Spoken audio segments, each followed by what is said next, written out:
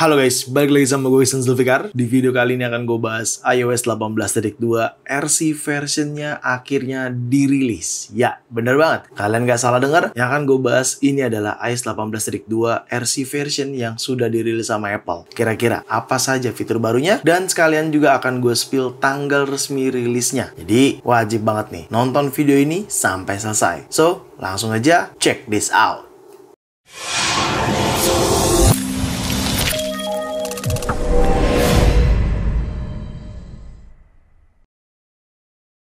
Akhirnya, Apple rilis iOS 18.2 RC versionnya ke seluruh pengguna developer beta program ataupun public beta program. Ya, ini sudah RC version yang meskipun ini cukup delay beberapa hari ya, tapi menurut gua nggak terlalu jauh banget delay rilisnya, dikarenakan kalau kita berkaca ke tahun 2021, 2022, di mana saat itu iOS 15.2 dan iOS 16.2 dirilis resminya itu di tanggal 13 Septemberan, dan sekarang iOS 18.2 RC versionnya telah dirilis. Nah, tetapi tidak hanya itu aja yang Apple rilis, adanya iPadOS 18.2 RC version, watchOS 11.2 RC version, macOS 15.2 RC version, tvOS dan HomePodOS 18.2 RC version, dan visionOS 2.2 RC version. Itu untuk jajaran operating system Apple yang 18.2 atau bisa kita katakan udah iOS 18. Untuk teman-teman pengguna yang menggunakan iOS 17 juga dapat RC versionnya ya, yaitu iOS 17.7.3 RC version serta iPadOS 17.7.3 RC version. Nah, berikut tadi adalah jajaran operating system Apple yang dirilis secara beta version atau RC versionnya. Jadi gue disclaimer dulu, yang kalian tonton ini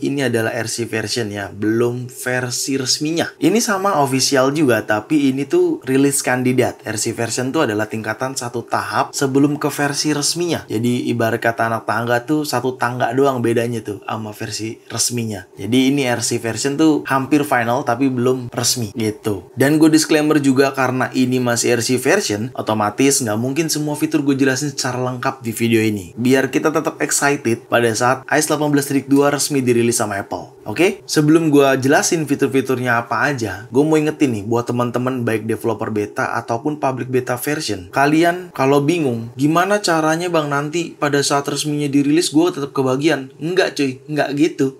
Kalau lu udah update ke RC version, lu udah dinyatakan resmi juga. Cuman pastikan build numbernya nanti sama. Ketika beda build number, pasti akan diberikan updatean juga sama Apple. Paham ya? Tapi dengan catatan, kalian harus rubah settingan di settingan software update iPhone kalian. Caranya kalian pergi ke setting, lalu kalian pergi ke general, pilih software update di sini. Buat teman-teman, ini buat teman-teman developer beta ataupun public beta version ya. Kalian update aja ke RC version. Setelah update RC version, beta update ini di turn off. Jadi jangan menggunakan public beta ataupun developer beta. Ini jangan lupa di turn off. Tapi dengan catatan, kalian harus update dulu ke RC version baru bisa turn off beta programnya atau public beta programnya. Kayak gitu. Paham? Oke, gua mulai dari build number terlebih dahulu. Oke. Ya, build number yang ada pada iOS 18 RC version ini, kalau kita pergi ke setting general, kita pilih about, lalu pilih iOS version. Nah, ini dia build numbernya yang ada pada iOS 18.2. Build numbernya ada di 22C150 dan ini build number di iOS 18.2 RC version. Ketika ini berbeda pada saat resminya dirilis, kita update lagi. Atau teman-teman yang tadi udah gue jelasin sebelumnya terkait developer beta serta public beta, itu update lagi aja. Tapi kalau ini tidak berubah, ya kalian sudah menggunakan resmi, alias kalian sudah masuk lebih awal menjadi iOS 18.2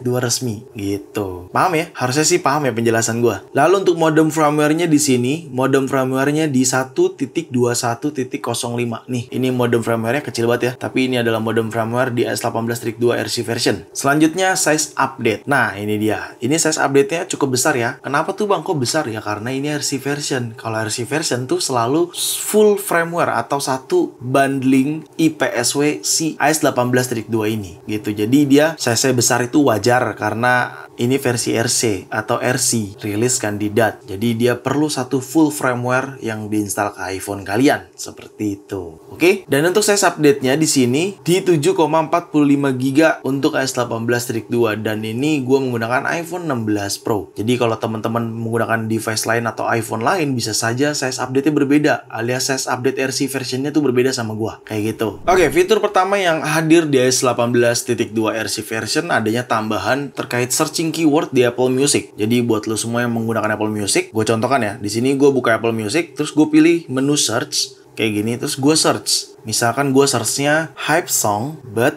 no rap. Kita search aja, maka dia akan langsung memberikan datanya. Jadi intinya kelebihannya adalah search-nya itu bisa lebih segmented lagi gitu. Jadi ketika lo mencari sesuatu dalam Apple Music, dia bisa jadi lebih segmented lagi tuh. Hype song alias lagu yang lagi hype tapi bukan genre rap gitu. Jadi Apple memberitahukan atau Apple Music ini memberikan suggestion sesuai yang kita search. Ya intinya search-nya ini jauh lebih segmented atau bisa lebih detail lagi gitu. Bisa kita katakan seperti itu ya. Fitur selanjutnya ada pada aplikasi Safari. Di aplikasi Safari di sini, kalau kalian perhatikan ini kan ada background-nya ya. Ada tambahan wallpaper untuk background Safari ini. Caranya kalian tinggal pilih setting atau edit, dan di sini langsung ada nih wallpaper baru yang ditambahkan sama Apple di iOS 18.2 RC version ini. Dan otomatis fitur ini juga akan hadir di resminya nanti gitu. Gue contohkan misalkan ini gue download ya, jadi dia kayak ada icon download gitu tuh. Oke, terus gue gunakan ini and done. Berjalan. Nice. Tidak sampai situ aja. Di bagian Safari ini, untuk bagian settingannya, jadi kalau kita pergi ke setting, di setting kita pilih apps, terus kita pilih Safari di sini atau search saja langsung biar cepet. Nah, di sini ketika kalian scroll ke bawah, ini dia adanya history and website data. Untuk Safari sudah bisa import dan ekspor terkait data yang sudah kalian browsing pada Safari kalian gitu. Jadi kalian bisa menggunakan fitur ini di iPhone kalian. Seperti itu. Fitur selanjutnya ada pada aplikasi foto. Pertama-tama untuk aplikasi foto di sini sudah ada peningkatan terkait recently capture. Sudah ada peningkatan dan perbaikan tentunya. Tapi fiturnya bukan di bagian situ. Fiturnya ada pada recently view. Nah, ketika kalian scroll ke paling bawah seperti ini ya. Nah, di menu utility ini kalian slide ke kanan adanya recently view. Oke, ada recently view yang ini. Ketika kalian tap, ini adalah foto atau video atau gambar yang sudah kalian view sebelumnya. Dan ini bisa kalian delete. Caranya kalian tinggal pilih menu kanan atas ini seperti ini. Terus kalian pilih remove all from recently view seperti itu. Jadi kalian bisa remove all dari recently view ini seperti itu. Oke, lanjut pada aplikasi podcast. Di sini di aplikasi podcast ini ada peningkatan ya. Gue ngerasa sih lebih baik aja sih desainnya, dan tentunya lebih enak dilihat juga. Pastinya peningkatan secara kualitas juga membaik daripada versi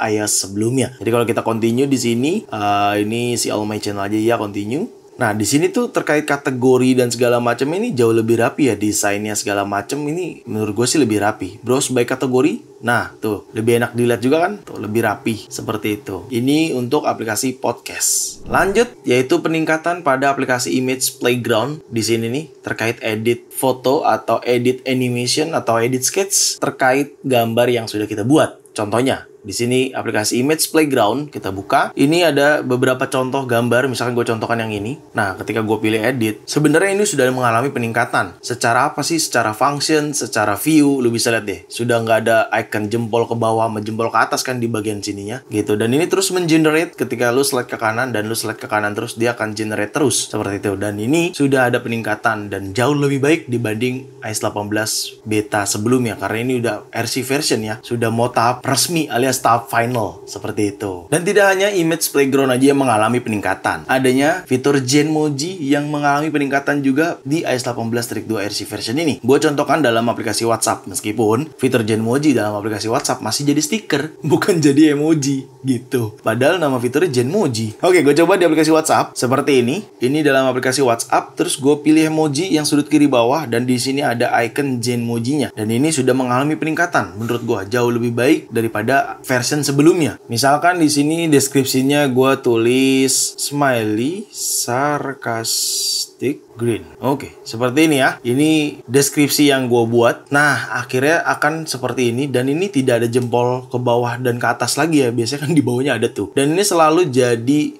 apa ya, generate terus ya. Ketika lo slide ke kanan ini akan generate terus gitu. Misalkan gue memilih yang gue pilih yang mana ya? Ah, ini oke deh. Gue pilih ini, kita pilih add, dia akan langsung masuk ke keyboard. Kalau iMessage, kalau WhatsApp seperti tadi gue bilang di awal, jadi stiker gitu. Tapi kalau di iMessage, gue coba ke iMessage ya, seperti ini, dan ini udah ada langsung di emojinya ya.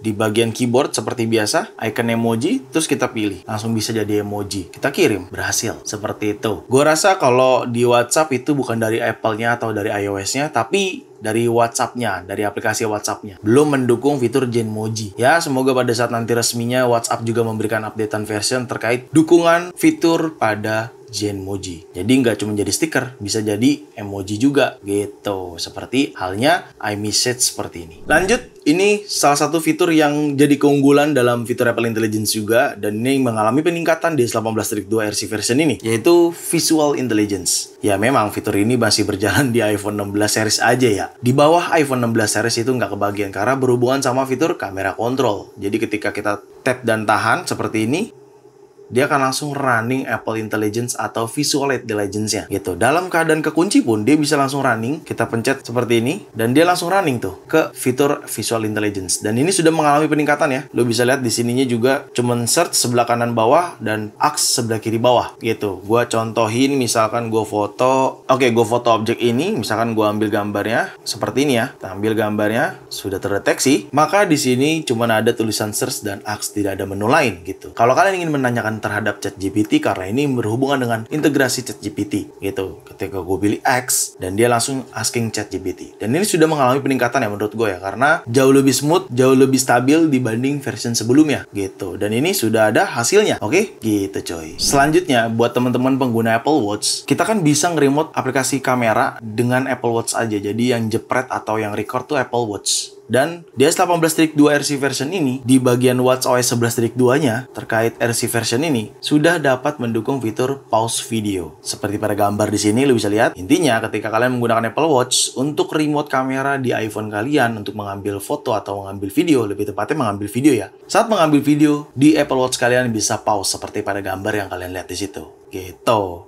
Oke, lanjut ke fitur selanjutnya. Ini mungkin jadi fitur terakhir di video kali ini, yaitu terkait aplikasi Voice Memo. Nah, kalau kita buka aplikasi Voice Memo di sini, kita buka. Nah, ini ada contohnya ya. Di sini misalkan gue mau pilih, ini dulu deh, gue pilih yang kiri bawah. Sekarang sudah ada Add Vocalier. Jadi ketika lo tambahkan lagi, lo bisa record lagi gitu ya. Jadi ada layer 2. Ini namanya Vocalier. Dan fitur ini adanya di dalam aplikasi Voice Memo. Jadi ada layer 1, ada layer 2. Seperti itu. Nah, itu tadi adalah beberapa fitur-fitur yang bisa gue informasikan di S18.2 RC version ini. Lalu gimana terkait performance dan baterainya? Sejauh ini untuk performance masih belum ada kendala, masih aman-aman aja. Khususnya di iPhone 16 Pro gue menggunakan S18.2 RC version. Dan di sini untuk performance belum ada kendala sama sekali. Baik performance ataupun baterai masih normal-normal aja. Dan gue berharap pada saat resminya nanti dirilis, harusnya sih baik-baik aja ya untuk performance dan baterainya. Tapi ya kita lihat nanti aja. Karena sejauh ini di S18.2 RC versionnya baik-baik aja, tidak ada kendala. Dan jujur gue belum mengalami isu apapun, baik yang panas berlebihan di bagian belakang ataupun nge-freeze atau nge-hang gitu ya. Overall masih baik-baik aja. Baterai juga sama. Seperti itu. Bahkan kalau kita cek aktivitas baterai gue, meskipun memang jarang digunakan iPhone ini ya, tapi overall menurut gue untuk baterai belum ada kendala sama sekali. Baterai health-nya juga masih aman di 100%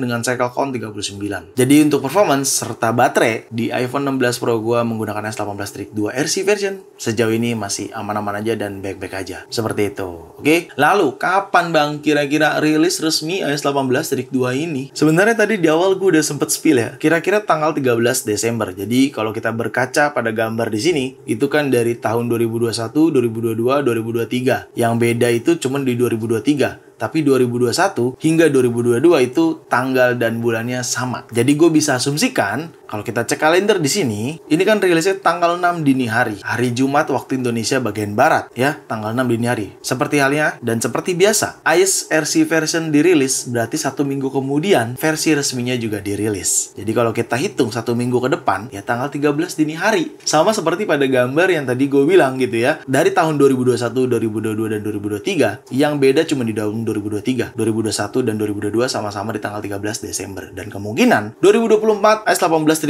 akan dirilis resmi tanggal 13 dini hari. Atau hari Jumat dini harinya. Waktu Indonesia bagian Barat. Seperti itu. Ya, jadi dicatat tanggalnya tanggal 13 dini hari. Semoga benar tapi. Ya, itu tadi fitur-fitur serta tanggal rilis resmi untuk iOS 18.2.